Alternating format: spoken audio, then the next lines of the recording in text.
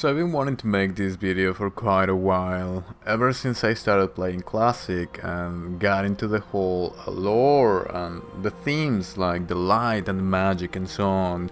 Very Dungeons and Dragons, very traditional with the medieval fantasy. I come mainly from the Elder Scrolls lore, which in my opinion is fantastic. It's very deep, very rich.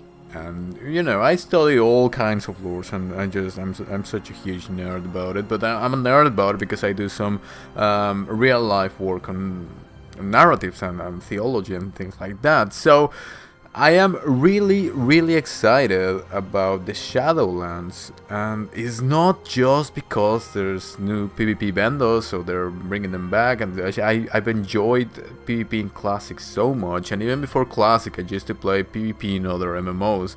This is one of the parts of the game that I'm really excited about, but I'm not really excited about that. What I am excited about is the theme of the Shadowlands. You know, we got Elon Musk and people, these scientists going to the moon and the sci-fi stuff, thinking that that's the barrier, that's where humans have never gone. How about the afterlife? That is indeed the true area where we have no clue what's going on, especially in our generation when we have no philosophy, we have no real narratives, nothing. We are a very nihilistic generation. And I read an article from Polygon saying World of Warcraft's new soul information is a philosophical nightmare, evil souls, double dying, and other theological issues. And I think to myself, as a paladin, this is right up on my alley. This is what I do. This is why I'm playing these games. I'm trying to figure out narratives and how they connect to the deeper themes in the human psyche, which were in the previous mythologies and so on from humanity, and now we see it in video games, we see it in narratives, in the Jedi Force and you know, the Lord of the Rings and this World of Warcraft now. So having them taking such a huge step into something so unknown as is the afterlife, it is indeed a bold move, especially when they have to put out an expansion that is gonna take back the main audience of their game, or is gonna bury it, because the last expansion was really bad. Everybody's complaining, sales are going down, and yeah, this is a huge expansion for them. So this article, which probably I will link below or somewhere around the screen, this is very interesting. This is just a small article, but it goes into the whole, you know, what they have shown about the Shadowlands, and it writes, seriously, holy sh. The core premise of the Shadowlands, that everyone has a soul, and when you die, your soul is judged. But they go on to speak about how all religions are true. You know, all the lore, everything is true in World of Warcraft, like. Because they have different spaces, different dimensions, different realms, realities. And supposedly in the Shadowlands they're coming with the idea that all of them are real, and you are judged upon death, and you go to these what they are called covenants. These 4 covenants is the Kyrian, the Revendred, Ardenweald, and Maldraxxus, which are different themes, different archetypes. Mainly with they are on par with the previous archetypes in the lore of World of Warcraft, but they have very strong connotations with real archetypes from realms, from mythologies. Like the Kyrian is the heaven, like the actual heaven from Western society, which are mainly comes from a Christian basis. Then you have the more naturalist, the more druid-like, the more Celtic ancient paganism. In Ardenweald, whereas this devotion towards nature. You have Revendred, which is some sort of purgatory, not inherently evil, more like a lesson that you have to learn. And they go with the whole Dracula vampire theme, which was quite an interesting way to introduce vampires, because I've been speaking about vampire lore for quite a while. That's also a set of lore that I really like, and I believe is not well developed. It has not been developed enough to its true potential, and I'm not such a huge fan of what they're doing with Revendred. I know a lot of people are gonna like it and they're gonna go with the whole gothic vampire stuff, but it is quite interesting the way they turned it around and what they're doing with it. So in any case, what's interesting about these realms is that they offer a possibility of different realities within the whole reality. Like, it's the Kyrian Covenant is as real as Revendred, but they are different aspects. And this whole idea of realms and realities is all over ancient philosophies and even other lores, like the Elder Scrolls lore. They have all these Daedric realms and the Aedric I can't remember the name of it exactly, but they have also the positive realms, but the Daedric realms are like little hells created by these archetypical demons, which are also very quite interesting. But the whole idea is these little realms that are created with a purpose by higher beings. Now, some of the things that they are worried about in this article is that they're saying, okay, so you go there and you never see your loved ones? Is this like a permanent situation? What's going on? This is one of the, when you think of heaven, do you go heaven and you sit on a cloud to play a harp forever, for the rest of eternity? What's going on? So this is just one of the theological, philosophical issues they are presenting. Like, if you go to Maldraxxus, are you gonna spend the rest of eternity surrounded by smelly corpses and like evil fiends just all around you, and like be evil forever? What do you have to learn? What's next? What's before? Do you reincarnate? I saw some of the abilities. It says reincarnation or something like that. So they're playing with a lot of very interesting themes that are thought to be things of narratives, things of you know, of imagination. But as I've said, these things are being thoroughly studied, like in real time. Like in 2020, we have a lot of research going on these themes.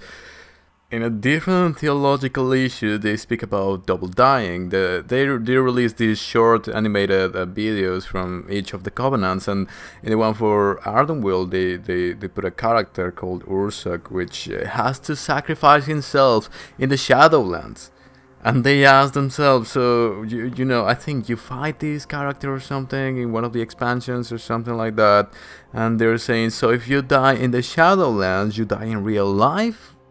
What happens if you die in the Shadowlands? Is there like a double death? And one of the things that we have to consider is, what if there is no time in the Shadowlands? Just like there is no time. Time is relative, according to some of the modern scientists that came from the 1900s and the whole quantum experiment. So they're saying time is relative. Time does not exist. Some people who are going through this real life, like I'm speaking real life experiences, near that experience, they say they go to a space where there is no time. So what if there's no time?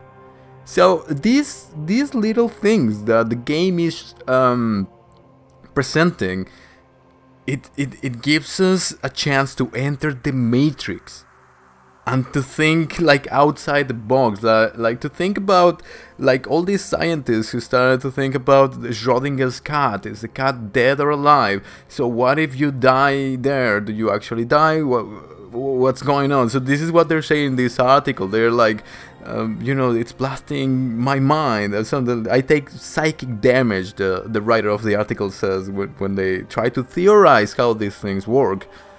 And I would have to say to them, me as a paladin going into these real life studies, man, if you cannot wrap your head around you know, the narratives of the Shadowlands, you should try the actual research that we have today. Like, it's gonna break your mind. But this is what I'm loving about the Shadowlands. There's all these little things that, you know, people think it's just imagination, it's just nonsense, and they you know, they've done their research. Even with the very theme of the light, as I've been saying, they've done their research. They know what they're talking about.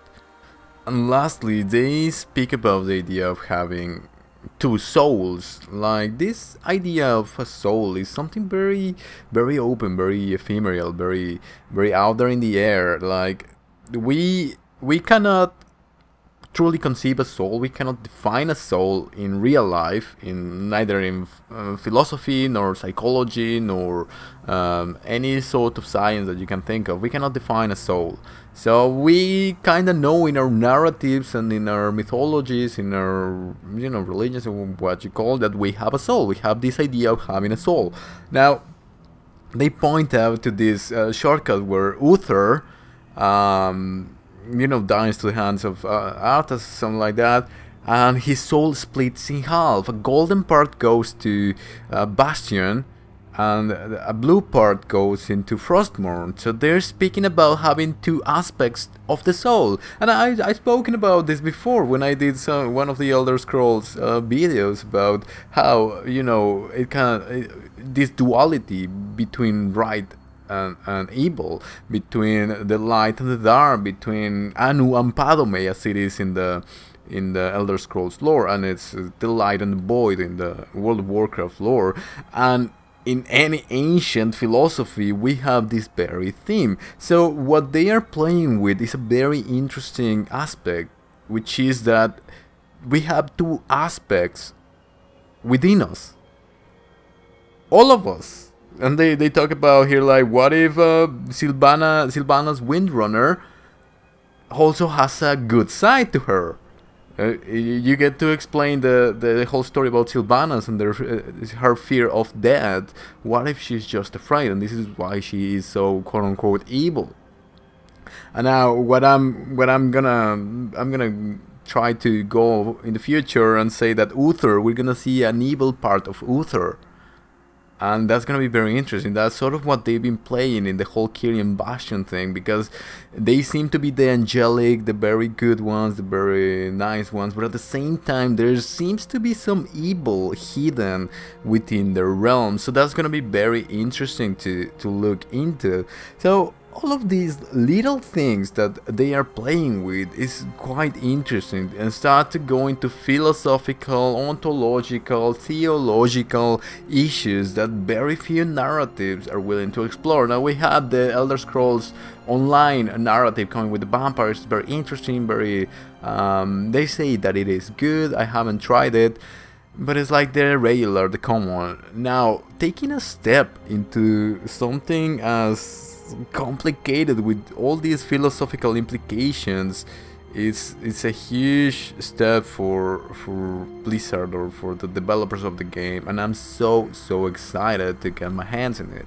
So as the article says, which I repeat, I'm gonna link it below or somewhere in the screen, at the end it goes like, all of these raises massive ethical, scientific and theological questions that I can't even begin to answer. What happens when a soul dies? Can you have two souls? If so, does one of them have to be evil, or are they just misunderstood? All we can do is wait until Shadowlands and its endgame arrive.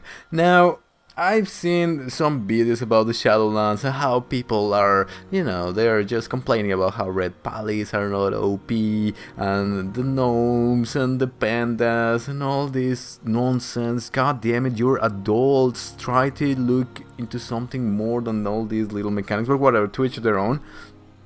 But what I'm gonna do is, I'm gonna go into the narrative. I'm gonna start the Shadowlands a little bit later, like 1 week or maybe half a week later, I don't know, because I know that everybody's just gonna rush through it. They're just gonna be like, oh, this is so stupid, the tall blue guys and whatever, and the red cool vampires and so on, and they're gonna complain about it and how everything sucks, and they're gonna miss such a huge opportunity to think about these themes, to reflect upon them, and to just explore the narrative and explore the human psyche, because all of this comes from the human psyche.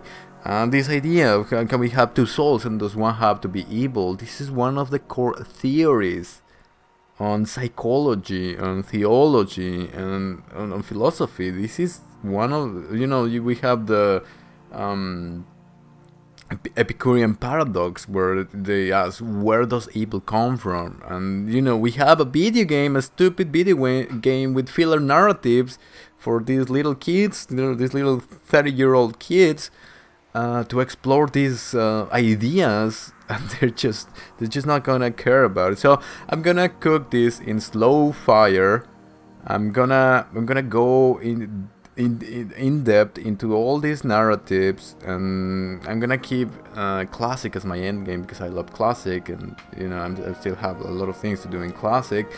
I'm not gonna rush through it, and I'm gonna be going into all of this because I think that I can explain all these little things with the real life research that I've done, and this can lead us to all these things. I will try to link it with the actual research and with the actual stuff that we have going on, that I've been working on for the last years. Maybe someone will be interested into going into this, and they might realize that everything is much more interesting than we have it at the moment. We are, as I said, we are in a very nihilistic, very defeated society, defeated generation, the millennials, and all the shit that is going around the world. And now Blizzard is bringing us into the afterlife to think about shit, to think about judgment, to think about right and evil, and all these little things. So yeah, that's what I'm gonna do. I'm gonna try to make some videos about all this Covenant stuff.